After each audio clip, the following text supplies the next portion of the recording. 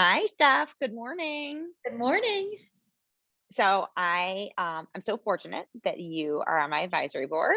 Steph Biegel is who I'm talking to today, and I always kind of go to you because I think of you as my kind of marketing and messaging guru. Love that. Especially because we know that marketing is not my strong suit. I'm working You have on a it, lot of but not. other strong suits, so it doesn't matter. So I appreciate that. But tell me a little bit about your background, and kind of how you transitioned from your background before into starting Key. So you Perfect. understand the founder and startup Yeah. and entrepreneurial world.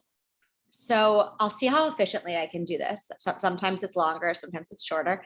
But I guess like it's funny to date back to internships, but it gives you a little bit of, I had always had like a ton of internships and they were always in the entertainment space. So I worked at House of Blues, I worked at WXRT one summer and I loved concerts, music. I mean, when I was young, it was just like, what kind of perks could you get? Cause like nothing was paid.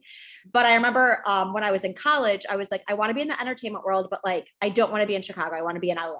Cause like, I thought that was really cool. And I ended up going out to LA and doing like informational interviews for 2 weeks. And it was the funniest, like I was just networking with everyone and anyone, but I knew I had watched Entourage and I knew the one job I did not want to do was work at a talent agency. Lo and behold, the first job I got offered was to be a slave at a talent agency. So I started in the entertainment world, which was what I wanted, but not what I wanted, one of those fun things. And I worked on the desk of an agent in the reality television world before it was like big. And I worked there for the longest year of my entire life. I always say though that the entertainment world, especially at agencies, you learn how to like live. Like you just get thrown the craziest things. You're talking to the craziest people. I was working 100 million hours making no money. It was just like, I mean, you learn how to build your work ethic there. So I started in the entertainment world, worked at a talent agency, and then ended up transitioning to a company called Platinum Rye, where I did celebrity endorsement deals. And that was amazing and a really, really cool job in the sense that I sat in between agencies and brands. So if you think of like Salma Hayek doing a Pampers UNICEF commercial, right? The only problem was I was wildly burnt out from that year and agency life and ended up, I say coming home to rehab, not really going to rehab, but living in Highland Park, Illinois for 3 months with my parents felt like rehab. And I fell face first into the digital ad tech space. So I knew nothing about it. This was, oh my God, I hate to date myself, almost a decade ago, but I started at this like blogger network and I was doing sales and quickly figured it out, moved my way up and realized I had a knack for sales, if you will.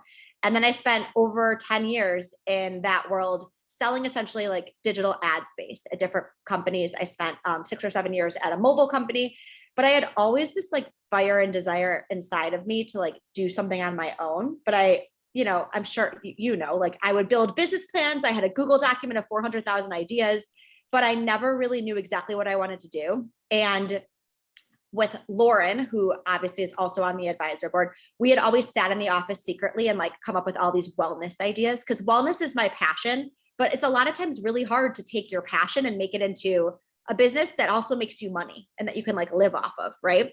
So we sat in the office always ideating, and it ended up that I left my last job and started this tech company with my now business partner, Evan Wayne, and he and I try to leverage our old, our old expertise of data and brands and media and bring it into a new sector, which was talent. So it's funny, all of my worlds kind of converged in one, in the sense that my past in talent, my past in endorsements, my past in media and tech, and we built this company. But pause, I also, with Lauren, we didn't have like the guts, I think, to actually like build in the wellness space. So what we ended up doing was starting a wellness podcast. And I always tell people there's nothing more powerful than having a side hustle that like fills your cup while you're also building in a different sector. So I know that's a lot, but right now, today, I'm a founder of this tech company. And then Lauren and I also have a side hustle of a wellness podcast and a wellness consulting business. And I think that the two together make me whole because my actual job isn't necessarily like my true passion per se.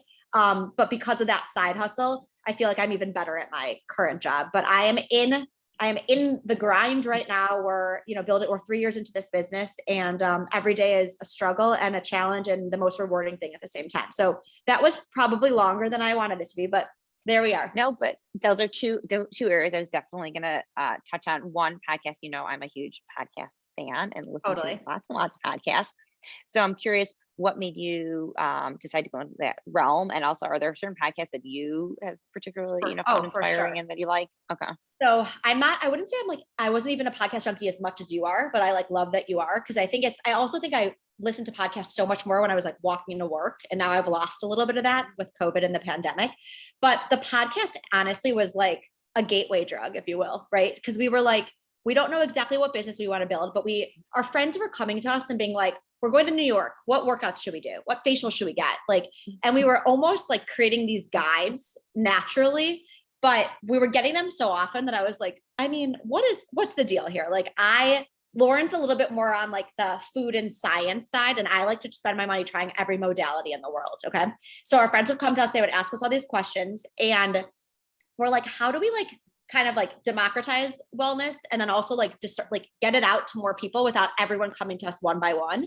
And the podcast seemed like a good idea. It also allowed us to connect with all these amazing individuals because we have these wellness like experts or guests on the podcast. And we're like, you know what, maybe that will also be a good stepping stone to figuring out what we want to do in life and getting kind of leaning into that network more. So it was really like, we had no idea what we were doing. We consumed podcasts, we liked them, but again, it was like this stepping stone to being in the world that we would want to be in. So that was it. I love a great find, and I usually am the person who purchases whatever's been recommended. A great find, Totally. including from your podcast. So I can appreciate that. I think a good can kind of segue that into like a blog or something where you're highlighting I brands think and products. I feel like that would be a I really think we good.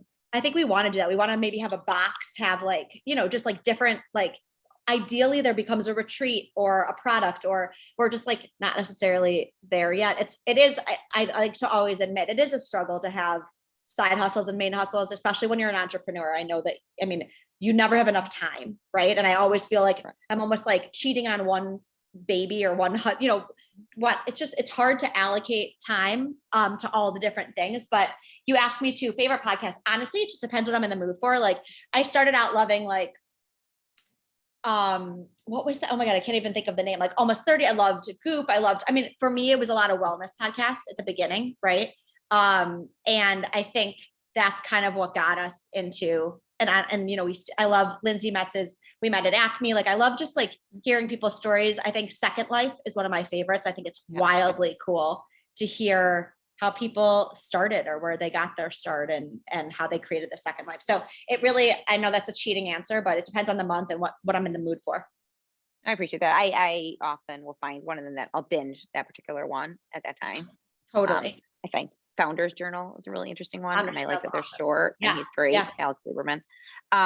That's one I like binged. Yeah, and I think how I built this is also hearing, I guess if you're so like we are, I think leaned into either in the process of building, like there's nothing more rewarding, I think, than hearing those journeys. One thing I wish there was more of is, maybe this is totally selfish, more of people like in the journey versus like, you hear how I built this and they bring on the CEO of Airbnb and you're like, you're amazing. And it's wild to see the business that you built, but I don't think people talk enough about like what it's like to like be in it. And a lot of times you hear the stories of like success stories, but something I wish there was more of, I'll send you a list. I have a lot of those. Great.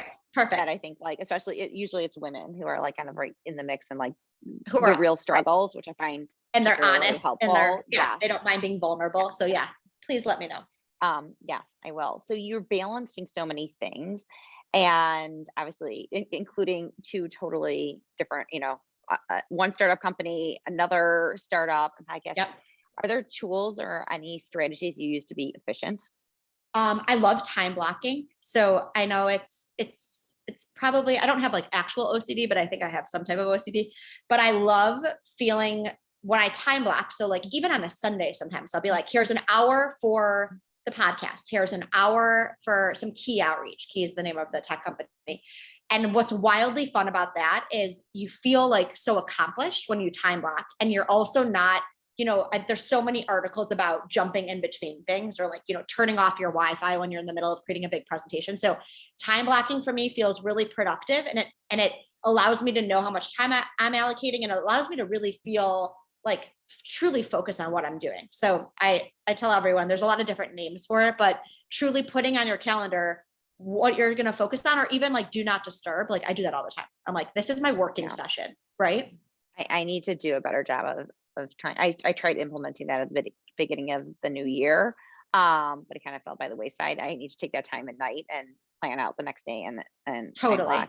And I think everything. honestly, yeah, I think the other thing is, and it's like so cliche, I think, and like woo these days, but like I have such a important self-care process that like, I think what allows me to be efficient and effective during the day is like, you know, I wake up, I work out, I have my hot lemon water. Like, I think a lot of those like practices of like self-care allow me to really just like be the best version of myself at work. Now, like, let's be real. A lot of days it's overwhelming and I don't have it all figured out. But I know if I take that time for myself, I start the day in the right way, I wind down in the right way. I started to try to put my phone away at a certain hour. I don't do that every day. Know that I don't. But I think those tools for me are what makes it really like what makes it possible for me to handle all the different things at the same time, you know? I'm curious what your morning. So my morning routine always involves my matcha that I make, Yeah. like, and that's the only thing I take time and like And do, like, yeah. like the process, the whole thing, mixing it with hot water, then shaking it, blending it, the whole thing. What is your morning routine? Because it sounds like that's Okay. how you like to get off to a good start too. So I'm going to also tell you that there's a lot of things that I wish I had more, that I did more, or I did more often, if you will. But every morning, typically, I try not to, it's also things that I try not to do. I try not to like wake up and like look on my phone and go to Instagram or go to TikTok. Now I'm like really into TikTok these days. But I typically try to wake up. Well, I have a really large beauty routine that I do. Lots of serums, lots of moisturizers. I have that hot lemon water and I typically work out in the morning. So for me, it's a class, 45 minutes, 50 minutes, whatever it is, hot yoga, infrared heat. Like I'm sweating, I'm detoxing, and I'm getting my body started. I'm not a huge breakfast person, whether that's good or bad. And I don't drink coffee. So sometimes I'll have like a smoothie in the morning, but for me, it's really about like that hot lemon water, getting up and getting my body moving. Some days I'll do a gratitude practice. I don't write in a journal. I just kind of like lay in bed and talk them out loud. And then some days I have like probably a 5-minute meditation. And I'm sure you've heard this, but like meditation and I don't really commingle, right? And I think it's because I always felt like it was such a stringent practice where you had to get up and you had to sit on a, like little pouch or whatever those are called, cushion. I'll lay in bed and just like take deep breaths and just be like, I'm thankful, or I'm like, I've made it my own. And 5 minutes is like wildly all I can handle. So those mornings, it just depends. If I want a slower morning, I'll do the meditation or I'll do the gratitude practice. And then a lot of mornings, it's really just those simple things: get up, do my beauty routine, get that water, and get moving. That's it. You have a lot of uncaffeinated energy. This is so true. And this is a wild, Inspiro has been part of this. I now drink espresso martinis, which really is just like cold brew and Inspiro. Yeah. And it's really scary because I get like almost like wired, but I don't really love the taste of coffee, but for whatever reason, I'm like, this is my new thing. Gotta try it. You haven't tried matcha?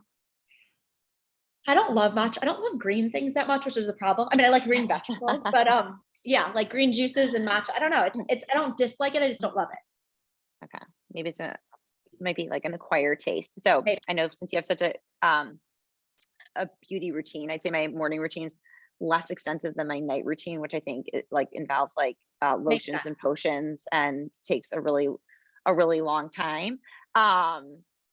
What's a beauty product right now that you're loving? Anything new? I love a recommendation. So I think I've told you about this, but Saint Jane is one of my favorite. There's a ton of CBD infused products, but Saint Jane, from like a luxury serum perspective, like people are always like, it doesn't look like it today. And I really obviously don't look so cute today, but people are like, your skin is glowing. It's typically from Saint Jane paired with doing some gua sha. So I love that. I also really like the Facile hyaluronic acid serum that I'm really into right now. And then my friend Kristen launched this amazing clean beauty line. I really love, she has this almost like water-based gel. Like I love moisturizing, but during the day, I like more of a gel. So it's Uncommon James Beauty or Uncommon Beauty. I never know, but you'll find it. Send me the link. Yeah, I love a lot of her products and are often sold out. because I run have to. all the other ones, so I'll have to order Totally. them My back biggest because problem, and I say this all the time in life, this is not my biggest problem in life, but it's one of them, is I often try new things at the same time. So I never really know what works. And I have like way too many products. So I'm working on simplifying my routine, but I'm with you on like at night, it's a lot more like luxurious and like thicker, hydrating cream serums. During the day though, I still love to get started with a little bit of eye cream serum, things like that. I just like it fast, and I have to figure out like the Yeah. process, like the I, order and the quick process. it's hard. So since you mentioned tequila, and I know you're a tequila fan, in fact, that's part of the reason I reached out to you initially, because when I was listening to your podcast with Wellness with the Twisted Tequila, I was like, oh my gosh, It's it. these are my girls. Like, this Yep. is perfect. I feel like that's kind of why I started drinking tequila, is because I thought it kind of fit into my healthier lifestyle and being gluten free, and that it was like a cleaner spirit option. So I'm curious, one, kind of what led you to start enjoying tequila, and how do you drink your tequila? What's your favorite Ooh, way to drink your my tequila? favorite question, especially on a Friday. Led me to tequila. Honestly, it's all I drink now. Wine and I don't really get along anymore, typically because we put all this bullshit, excuse my language, sulfates into our wine here. I don't mind biodynamic organic, but tequila, I just think it's such a smooth, like clean drink, which is like definitely my ethos. And I think the biggest reason is like I just don't get hungover unless I'm taking shots and I'm like dancing on tables, right?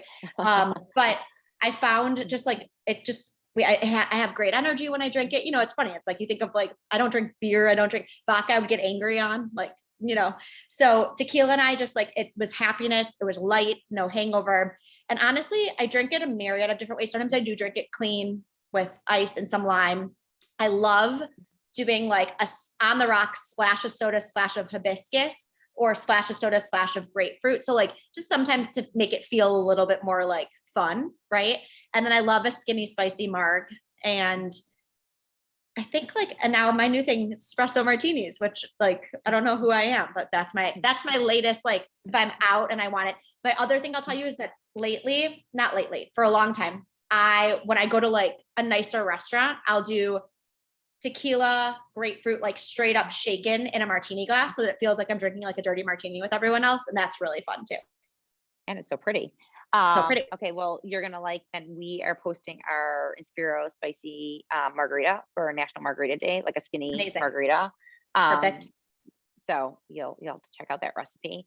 Definitely. And yes, I appreciate that. I have not tried hibiscus, so I'm gonna have to It's try that. There's at your local Okay. Foxtrot, there's this ruby hibiscus. There's a sweetened and unsweetened, and it's like it's super light. Because if you go to Mexico City, they make a lot of their margaritas with hibiscus. And so I came home and I'm like, I need more of this in my life. So try it. I'm on it. So yes, because I just like simple. Like I'm a very simple. I drink usually just on ice with some soda. Like makes you happy. Same. You know, I know we like the simple things in life, right? Exactly. Except for our, shoes, but except for our shopping, except for that's one area, not so much. Well, it was great talking to you. I am so glad that I have you on board and advising So me. happy to be. I think you have amazing ideas, and I love your energy. So I can't believe you're able to have all that energy without any caffeine. And I'm wildly grateful. It's been such a fun journey watching you and learning from you and being able to consume this amazing product. So I just can't wait to see where we go from here. It's funny too, because it's like someone told me one day, sometimes everyone has ideas and they want to build. I wanted to be you and build a tequila brand, but the next best thing is to be able to be part of the journey with you, right? So sometimes you don't realize that your dreams may just manifest in different ways. So here we are. Perfect. Thank you. And then you get to like not have all the like difficult parts of like you're supply right. chain. I get to lean in, come up with some ideas. Don't have to worry about the supply chain. I just get to consume tequila. It's right. This is definitely a good road for us. Perfect. But thank you for having me, and I can't wait to keep on keeping on. Thank you.